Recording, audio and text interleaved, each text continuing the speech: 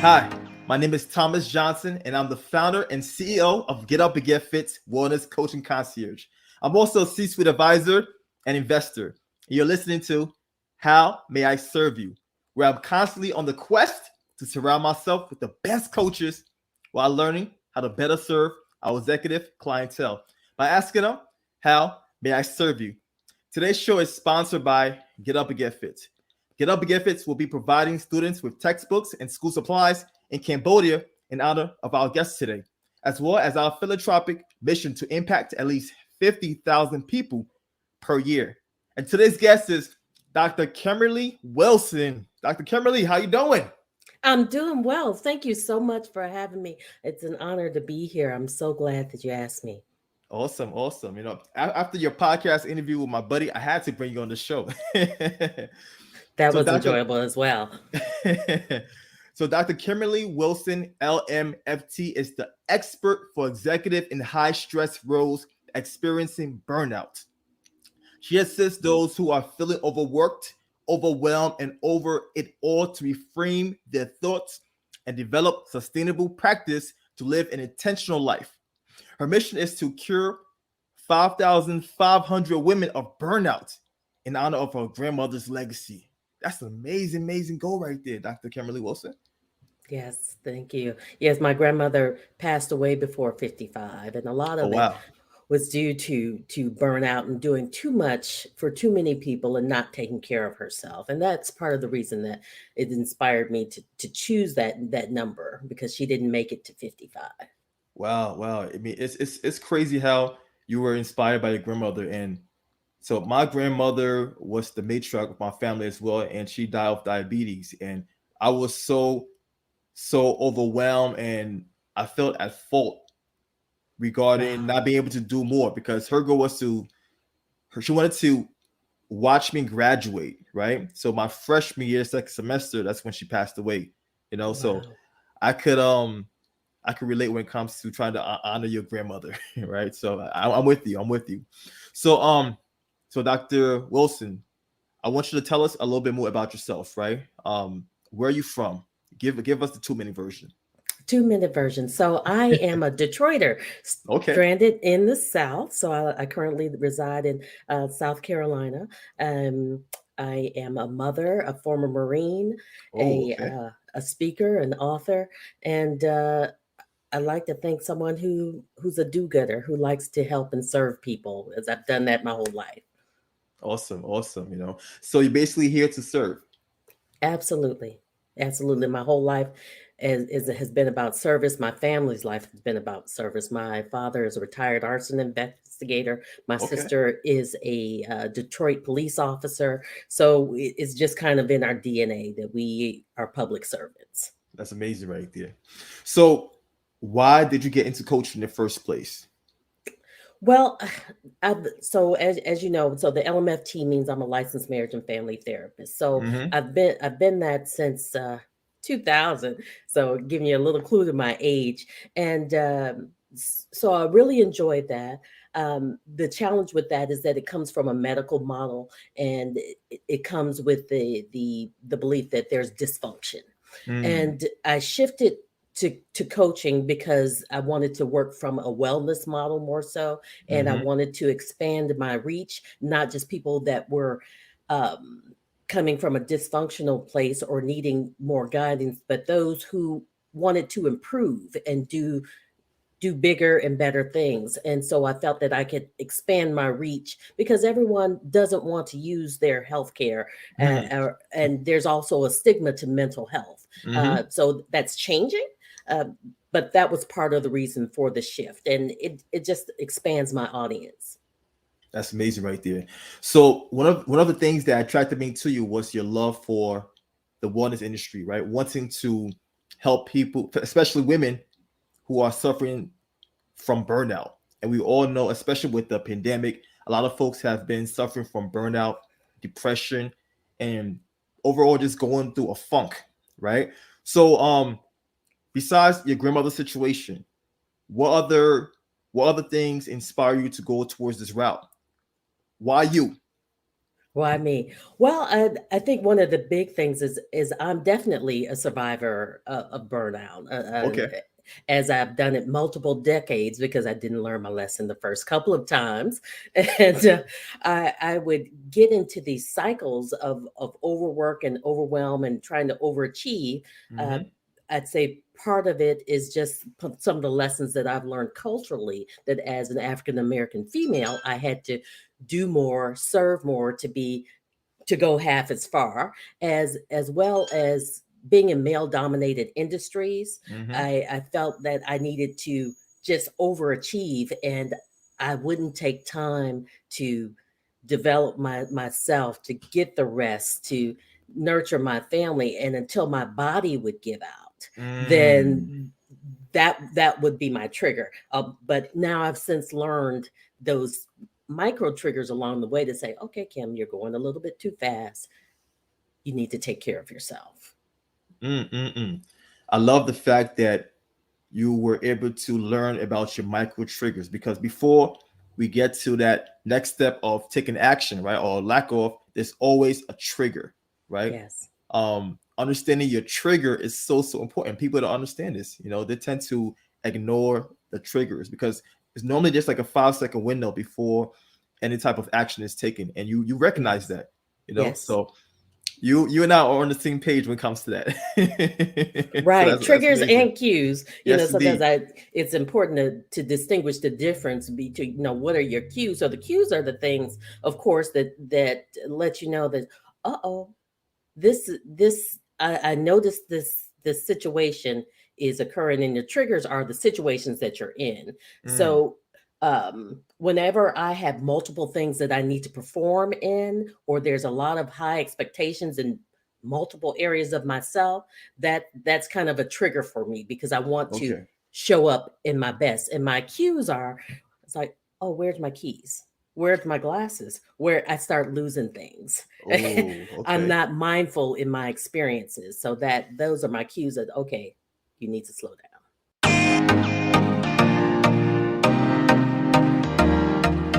Today's episode is sponsored by Get Up and Get Fit. Being an executive can be very demanding. Your schedule is unpredictable. You have conflicting responsibilities that pull you in multiple directions at once. You travel too much, work late hours, and cross time zones. All things that wreak havoc on your body. This is why having a wellness support team is necessary. Get Up and Get Fit is the wellness concierge support that busy executives, entrepreneurs, and celebs rely on to keep them healthy and fit despite their hectic schedules. A body under prolonged stress is not a healthy body. Time to reduce your stress. Increase your energy, flexibility, strength, and endurance so you can enjoy life instead of just living it. Go to getupandgetfit.com. That's GETUPNGETFIT.com and schedule your consultation right now. Get up and get fit. It's a lifestyle.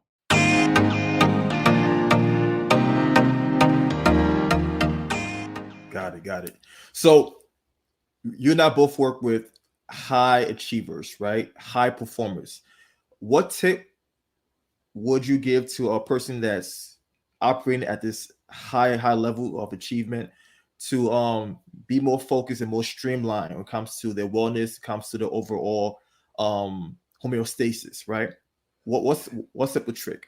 A tip. Well, one thing that I really like to do to have those high achievers focus is to make a short list of their top 5 priorities, 3 to 5 priorities. What are they? Whether it's family, Mm-hmm. work, spirituality, whatever those things are.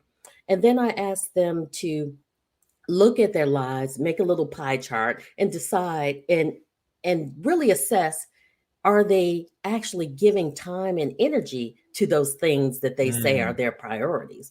And if they're not, they're incongruent. And when we're incongruent, that's really a precursor to burnout, because you're not living as you what your stated goals are, what gives you energy. So that's a tip that I like to give. okay, and that's an amazing tip right there. So basically, focusing on your non-negotiables, on your things that are extremely important. Yes, yes. I've seen so many, and I've been guilty of this as well. So I'm not going to We say all have. We all exactly. have. I'll say my kids are the most, my most important thing. They are my legacy, and I didn't realize that I was unfocused until I think it was either a paper or a teacher's comment, and my child wrote, "My mother is always on the computer.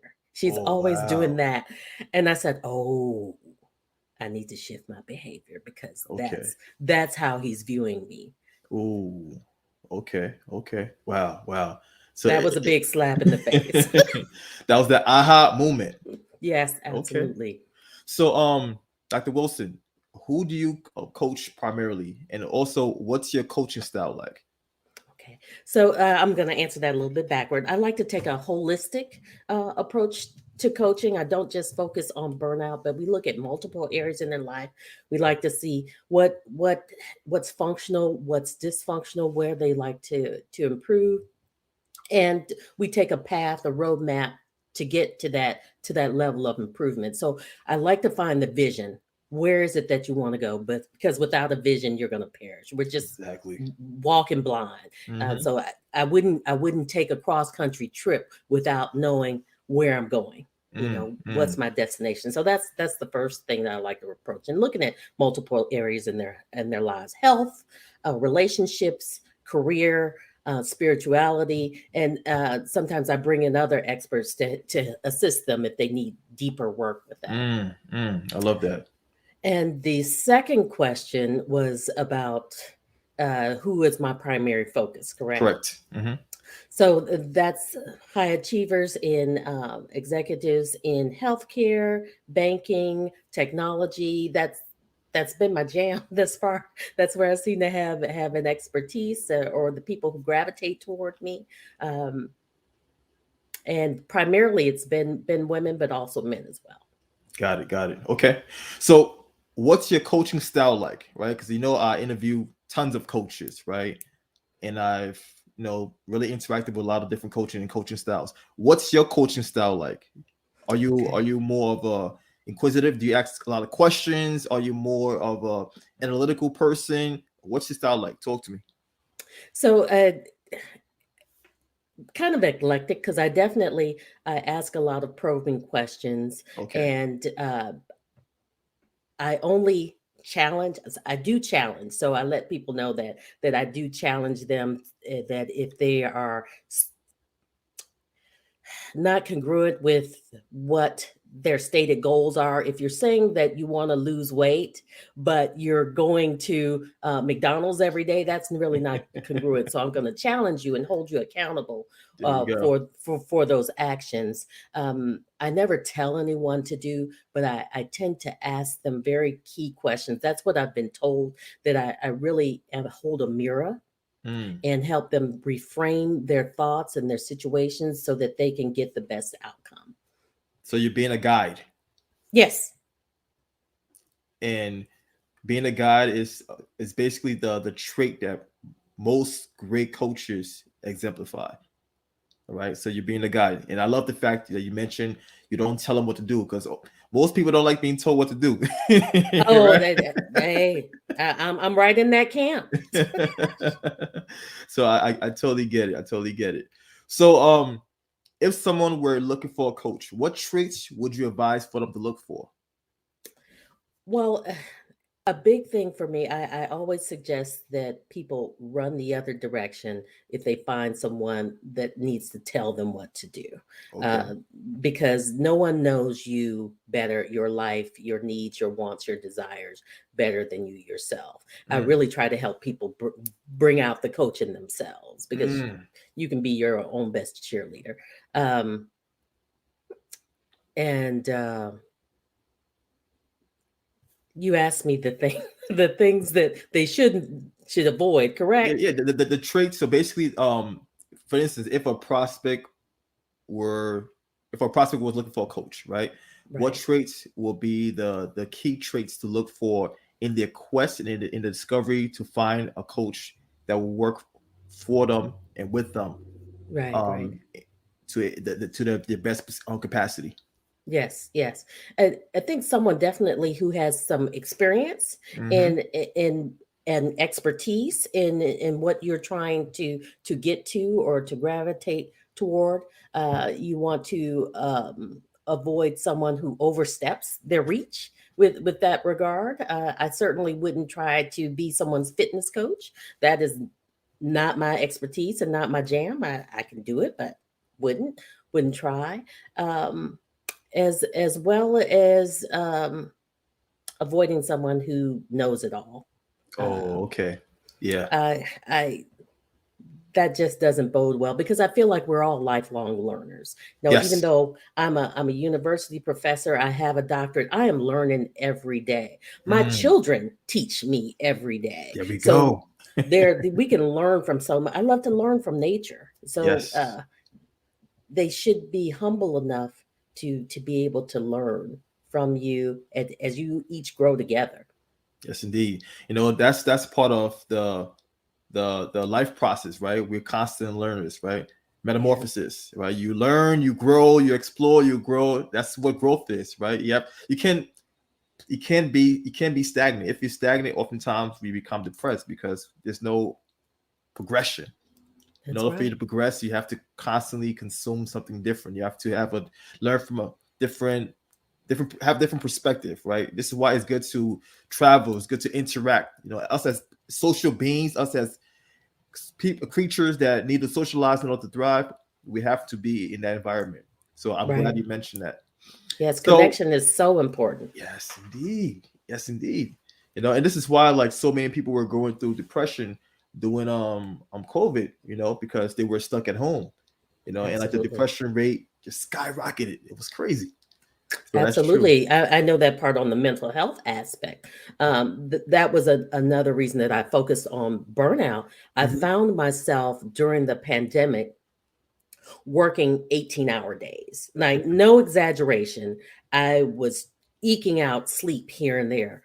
And I had to just begin to put some boundaries because everyone needed service. And I have a heart of service. And it was so difficult to turn people away because I was also doing work for the cruise ships that were had people Suffering. stranded They there. were Yeah, suffering.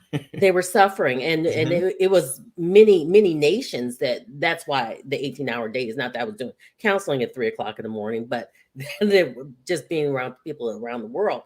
So I had to actually institute that I get 2 hours every day to reset, Mm, sleep, shop, take care of my personal needs, whatever that may be. Read a book that mm. I needed to feed myself. Yes, indeed. And that allowed me to serve people who had mental health concerns much better because I Yeah. was in a better place. You can't pour out of an empty cup now. No, You no, cannot and pour I out of but an I empty kept cup. trying. I kept trying, and after about a couple of weeks of that, I just said, "Okay, I've stopped. I've got to stop this." Yes, Absolutely. indeed. So right now, what does your typical lifestyle look like? Do you have certain things and certain routines you follow in the morning, the afternoon, the evening? Like, talk to me. Let me live vicariously through you. Okay, so I start my morning by waking up, and I say thank you, Jesus, Amen. because I got to wake up, because not everybody had the opportunity to do so. So I'm True. very grateful for that. Then I begin by just recentering myself. So I will get in a chair. Sometimes I'll do it in the bed, depending, and I'll just sit still for 15 minutes. So I set my timer on my phone. I have it set to ring at 15 minutes, and I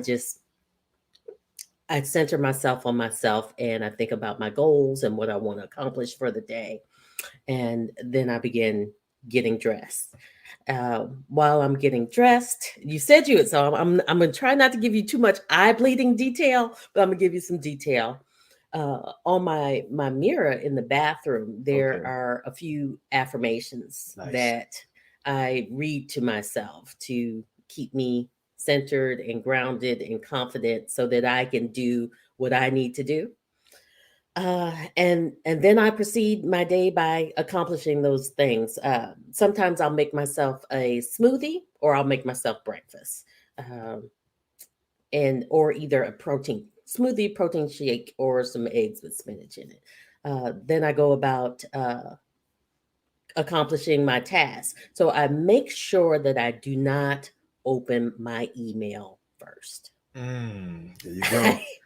I do not open my email. And there's a key reason for that, because I've found when I make the mistake of doing that, well, and one other thing I try to avoid, picking up my phone Mm-hmm. before I've done all of those other things.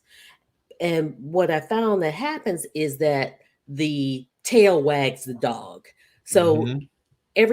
I go by everybody else's agenda and I'm Mm-hmm. responding to things, and everything that I set out to say was important for me to do in those 15 minutes and really focus and get connection with God. All those things are out the window Out the window.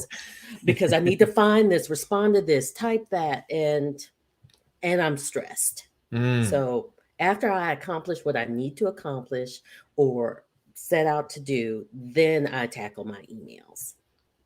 Amazing, amazing.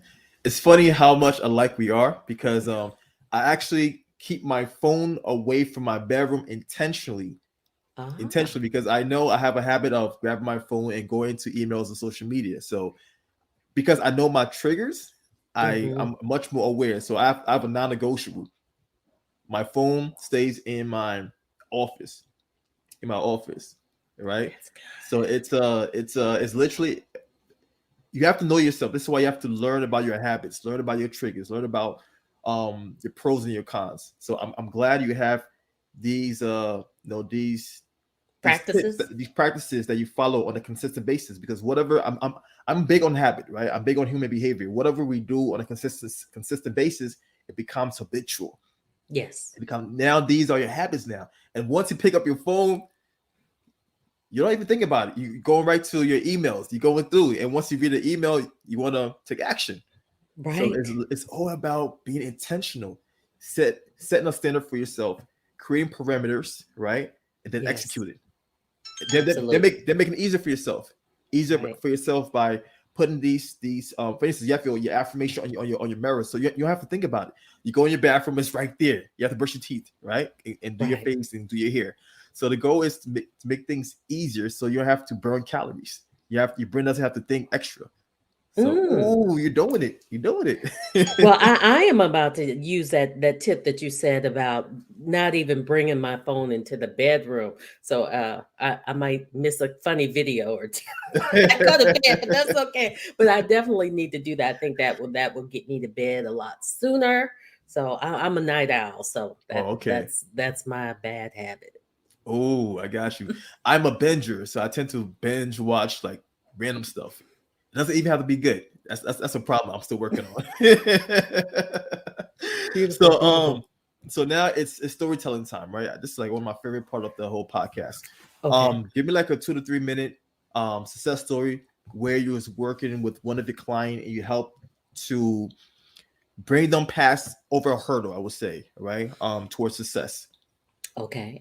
So it that would be a young woman. Okay. Well, I consider her young for me. So around about in her 30s, married with children in a pretty successful business in the government, pretty high up, and she was definitely overworked and overwhelmed. She was actually doing parts of her supervisor's role. Wow. Uh, she was cooking 5-star meals every day. She was homeschooling children and doing. They were males in the home, and they were like teenage age. But she did all of their laundry. She cleaned all of their rooms. She wouldn't allow anyone to do anything, and she just could not figure out why was she was overwhelmed. Well, and in addition to this, she was also caring for parents and caring for other extended family members, like helping them with financial concerns, and she couldn't figure out why she just couldn't handle it during the pandemic anymore. So that virtual schooling tipped it over.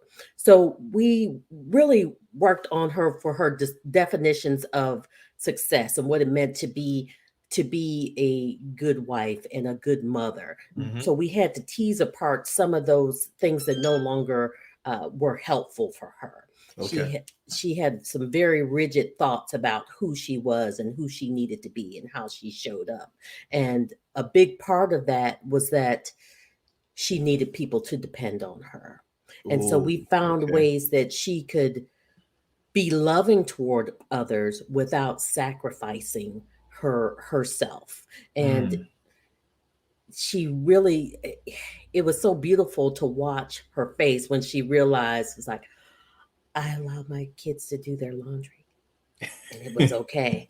And she allowed them to have a pizza night and it was okay. mhm. She allowed other people to cook, and what she saw, and what she saw is that her children began to thrive because they were allowed to make more decisions. More She was independence. relaxed. Yes, she actually went a little further in her career when she set some boundaries about, okay, this is my role, and unless this is going to lead to the next step, I'm going to give this part back to you, because everyone would pile work onto her. Go, can you do this? Can you do that? Can you do this? And she just accepted because she wanted to be loved. So we did a lot of work of just reframing her thoughts on Mhm.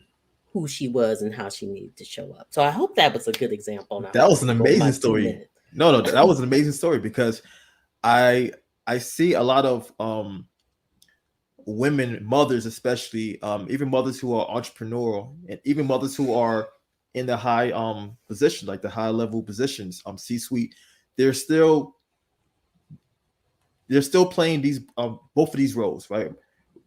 They're working their jobs, coming home, and still working, and still carrying tasks that could be easily delegated to other people within the household, their spouse, their children.